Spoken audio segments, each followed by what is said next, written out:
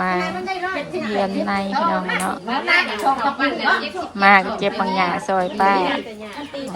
สบายดีสวัสดีเด้อป้าลุงFC ทุกท่านยินดีต้อนรับเข้าสู่ช่องป้าจอยเด้อฉะนั้นเว้ยเอาให้เขาไม่ได้พ่อปันใด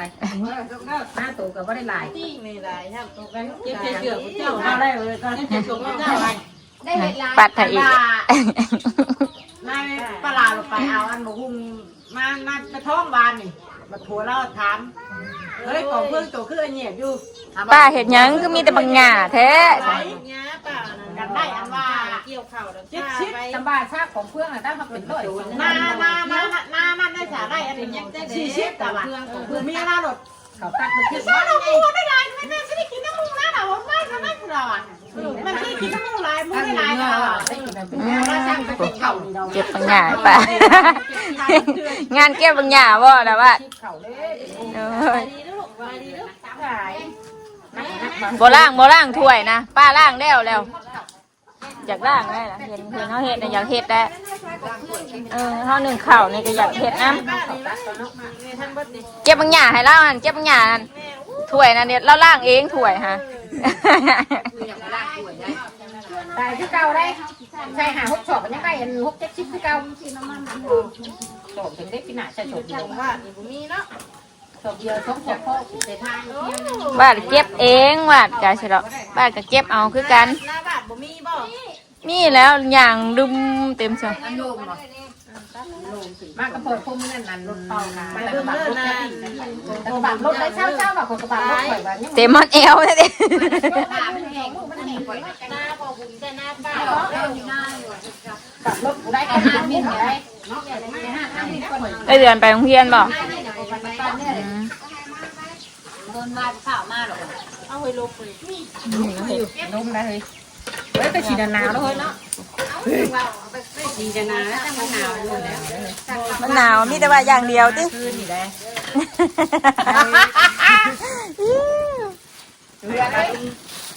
หนาวเลยลมเนาะพี่ดอกตายฉันคือที่นอนทักนอนแม่เลยห้องได้เห็นบ่เลี้ยวได้กับลืมบ่หอบทั้งนั้นหอบทั้งนี้มันไปนะเนี่ยค่ะผมมันจะเชิญเดี๋ยวจะบันหลายจอดไปบ้านเดือนไปโรงเรียนวันหนัก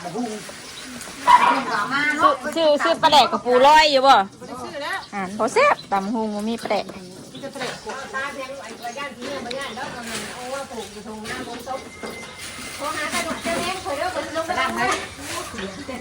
มาพี่เด้อมาพี่เก็บขี่เก็บกล้วยดิเตะไปเตะผู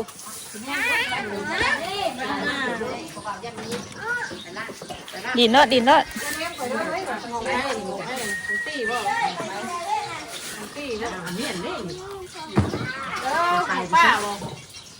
โมเมนต์ถุงงามแต่มีเงินบ่บ่มีเอาเงินใส่เบิ่งเด้อลูกเบิ่งหัวปอกเด้อเบิ่งหัวปอกเด้อเวลาลูกขึ้นนะเด้อพี่ว่าจะมาตอนเช้าพนวัตหม้ออยู่ผลละบ่ได้มาเช้านี้ได้มาก็แต่ว่าเสียแล้วเนาะเสียกับมาตลอดมาไอ้บุญวิทย์ได้บัวบุญวิทย์ได้กบที่ได้มาตอนเช้านี่แล้วเอาต้องพักข่าวตอนเช้าได้เชื่อทุกคน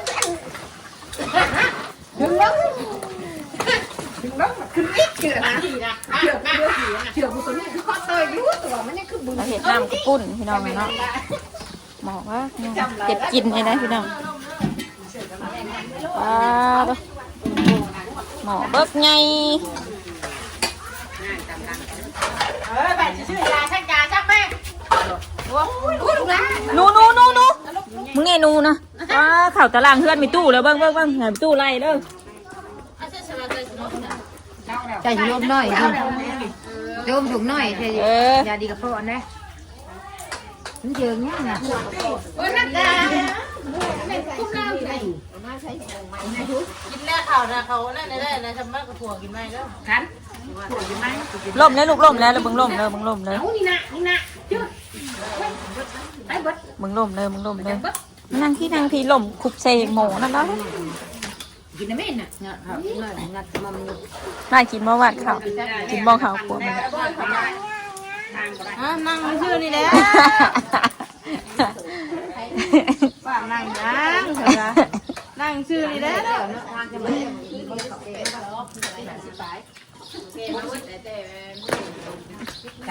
ทุจ้ากันทุจ้ากันทุงามสบายดีงามกันไหมสบายดีบ่ให้บ่แต่ปากมือน้ำแดง มันแม่โอนะโอเป็นกีโตดใหญ่แท้นี่บอกปั้นแรกๆกับมาบ่ได้ เป็นตุ่ม เป็นตุ้มกีโต ยุง ด กัดยุงครบไอโอแล้วนะเอานั่งยังหันลูกนะ เพราะกระตูตุ้มไม่รู้ เบิ่งตูตุ่มนะมานี่ ตูตุ้มนะตีนมันมีใบ มาพี่ ตีนมันตีดาวแล้วเดี๋ยวบอกไปก่อนขายทอดหน้า ผักเย็นใส่ขัวหมู หอหรือว่าผมไปถามเขาโคตรเนาะกำลังวาซิมานี่ไปจ้ะ พร้อม วาซิมาเต้กับมาคือวาซิมา บ่ดินเนื้อถ้วยเนื้อป้าล่างแล้ว มาแล้วมาก่อนปรีไปวางออกไปแล้วก็ นี่อาทองแท้ๆคันนี่อาทองแท้ๆนี่เสียงรถนี่ ไปเบิ่งด้วยไปเบิ่งด้วยว่า นี่อามาแล้วนี่ เบิ่งด้วยไปเบิ่งไปมาแล้ว แม่ดีๆอาตองมาแล้วผมอาตองอย่าลัดรถลูกอย่าลัดรถจอดรถก่อนนี่เย่ๆว่ะนี่แกได้เย่ๆทุจางงามๆว่ะนี่ทุจางงามสิไปดีพ่อมานี่อย่าตีกันมาตีกันพี่ได้อาจอดทั้งพี่ก็ได้พี่โมโลมพี่ทั้งรถข่อยพี่บอกอาพี่เ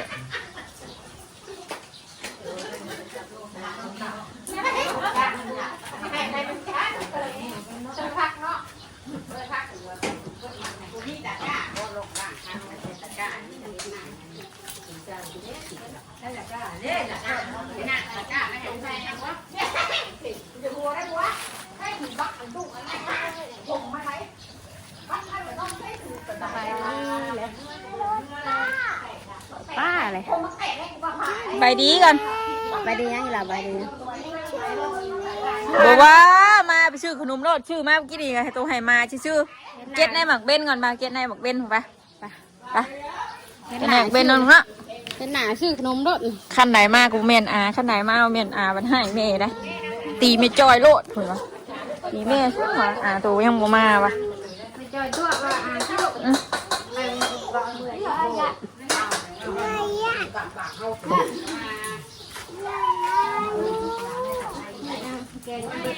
เป็นเห็ดน้ำกระปุ้นว่าข้าวบวยเลยสิน้ำแบบขั่วหมู หน้าอุ่มแมว แม่ครัวนี่พี่น้องเนาะแม่ครัวหัวมวน ดึงมาเลยดึงมาเลยเห็นหน้าชื่อลงไปมันว่าซื้อมาเพื่อนเด้อเยอะกระเป๋าป้าเยอะวะแม่ป้าเยอะแม่จะป้าใหญ่เยอะเลยต้องออกกันชวนไปโน่นชวนไปโน่นเรียกเอาคุยง่ายเลยไปซื้อขนมแน่พูดนี่ผมกินขนมดูน้ำเดือดหวานมันอยู่ยังได้กินย่างขนมกินแล้วนี่เป็นย่างบอกเพื่อกันเด้อถูกง่ายเด้อ ซื้อได้บ่ได้กินน่ะเมื่อกี้นี่อยากกินก้อนเดียวนะก็ทองให้มากินเจ้าเก้า อยากได้สิวะ อยากได้ซื้อนะ ก่อนมาได้ได้ระวังลมอยู่นะลมนี่ถ้ากินน้ำข้นอย่าเห็นว่าหอมก็ไปหาให้กินขนมมันบ่ได้กินอะไรได้ตรงนี้หอมได้แตกไหมว่าจะเอารถมาให้อันเรียนน้ำใบหวานบ่เห็นน้ำมือค่ะ แต่ยังบ่ได้บ่รถตัวนี้ อันว่ามันเห็นห่างไงเอาน้องแม่มันนั่นถ้าไม่มีทางไม่ได้แทงมันว่าตัวนั้นเห็นเอาในใจเห็นดิ พี่มาเตะบอลไม่รู้ไหมเราใช้ลูกบอลนะมาพี่มาพี่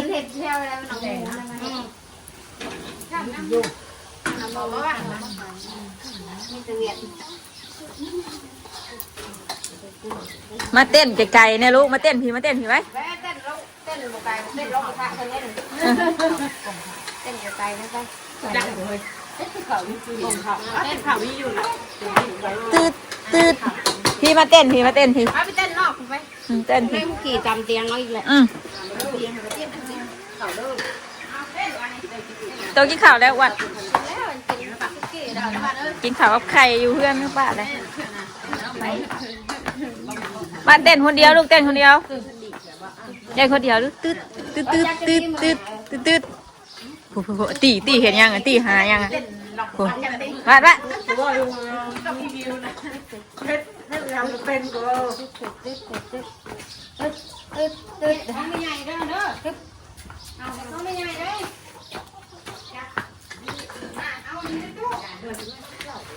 เดี๋ยวเราหาผัวคนหน้าเปิดโตมาหรือเปล่าเมื่อวานนี้ก็ขอโทษกันมาหอดหรือเปล่าไปในเราคอยเราเข้าไปในเราเลยนะท่อนนี้นะนั่งโลกมันคนมีพวกนี้เพิ่นว่าพื้นยังบ่ได้ยินน้ำเพิ่นนะหัน เข้าไปอ่ะเขาจะมีพื้นแล้วนี่ไอ้เนาะเดี๋ยวเพิ่นบ่ได้พังกันสิกินข้าวบัด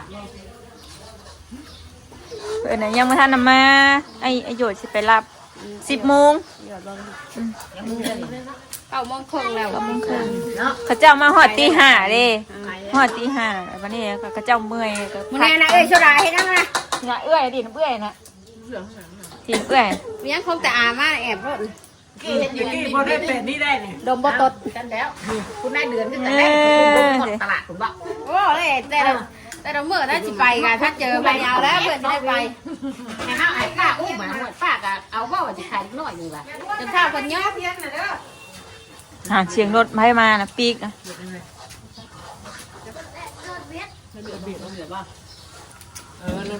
หาเห็นบอกเพิ่นว่ามีนิดหน่อยแรกบ่น่ะย่านพ่อ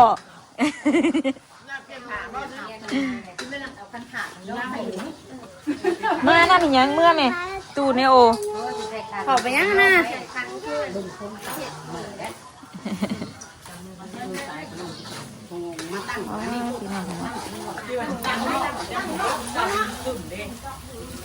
หอมมันนี่จนมา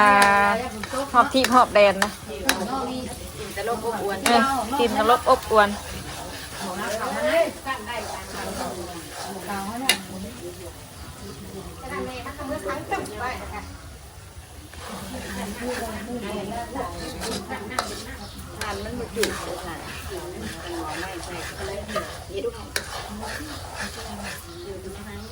ไม่ได้ห้าวกับอันนั้นต่างหากอยู่บ่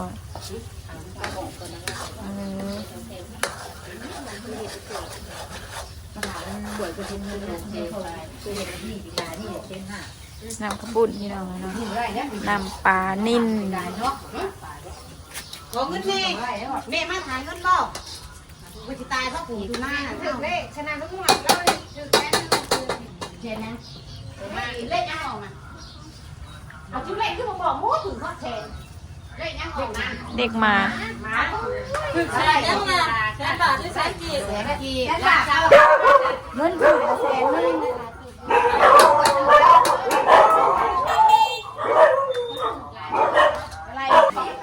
เฮ้ยอีด่าอยากมาเมืองพุตุเมตู้เฮ็ดอันนี้บ่กลับไปรุ่นน่ะมันไม่ได้จัด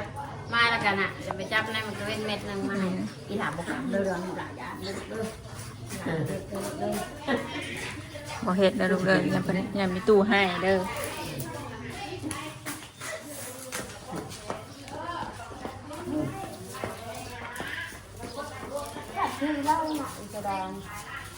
คือกันเนาะกับมันนะเราเพิ่นเราแต่ยังน้อยกับแบบนี้ เอาใหม่ที่ตู้คนได้มั้ยตู้คนได้มั้ยตู้คนได้ตู้คนนี้เฮ้ย เฮ็ด ตู้โคมให้ดิมูนี่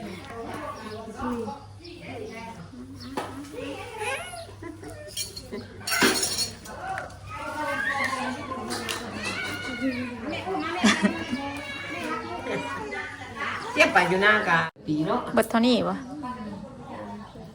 เฮาก็ว่าสิว่ามูลมั่งไม่ตู้ก็ว่าได้เราเอาให้ตอนนึงตู้นิกานะ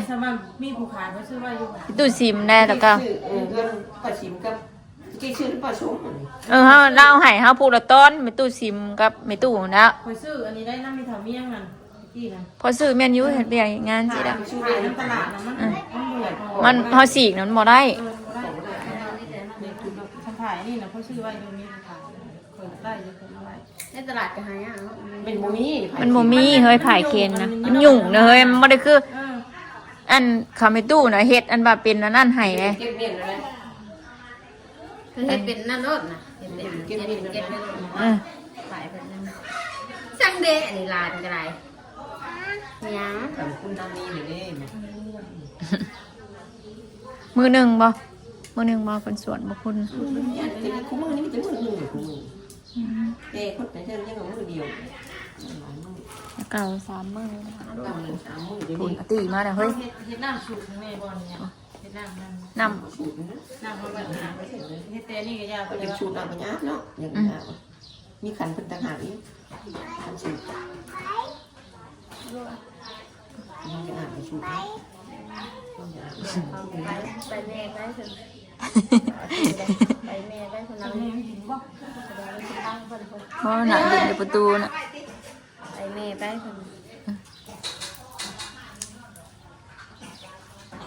ไปง่ายเอาของง่ายเรื่องมือรถคันนั้นนะคันละมาแต่ละมือละ นี่คือเห็ดบ้างพี่น้องเนาะเวลาเพิ่นสูบเพิ่นนี่นั่นนะพี่น้องเนาะ เลิกป่านเลิกเอาเล่นกินเยอะ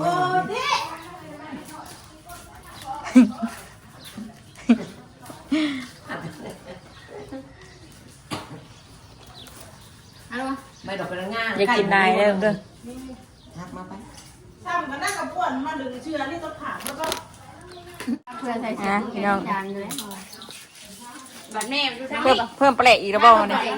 เวลาข้าวเกลือแล้วมันสีเข้มมาแล้วเดี๋ยวนั้น มาแล้วเคยใส่ลายได้เลยคันแน่เนาะใช่นะแปลกคันได้เลยนะ เดี๋ยวมันเกาเอาแล้วท่านจะว่าธนาเกานั้นมันได้ถึงทุกคนน่ะว่าได้นั่นทุกถิ่นได้ถึง ลูกว่าจะเห็นนั่นลูก ให้เป็นนาได้ด้วย ให้ย่ากินให้ย่ากินนี่นะให้ย่ากินลูกบ่ทิมแล้วลูกเด้อ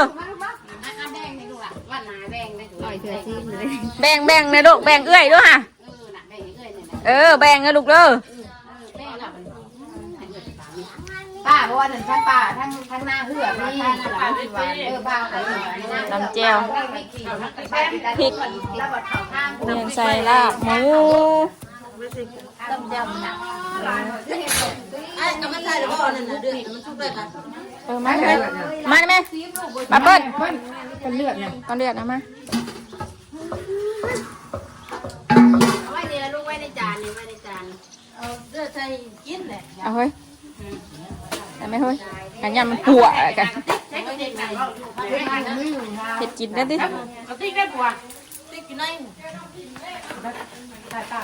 นั่นเห็นเอ้ยกินเอ้ยกินเอ้ยได้แล้ว เส้นนี่บ่ได้เห็ดใส่ผักขาวน้องเห็ดได้กินเนาะเพราะว่า เองซื้อเห็นหรือ ผักขาวนั้นเพิ่นสิเพิ่นหอยใส่พวกเป็นเส้นเป็นเครือ มันเป็นเครือ แม่น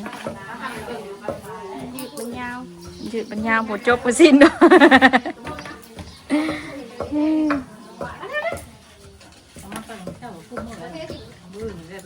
อันนี้ยังไง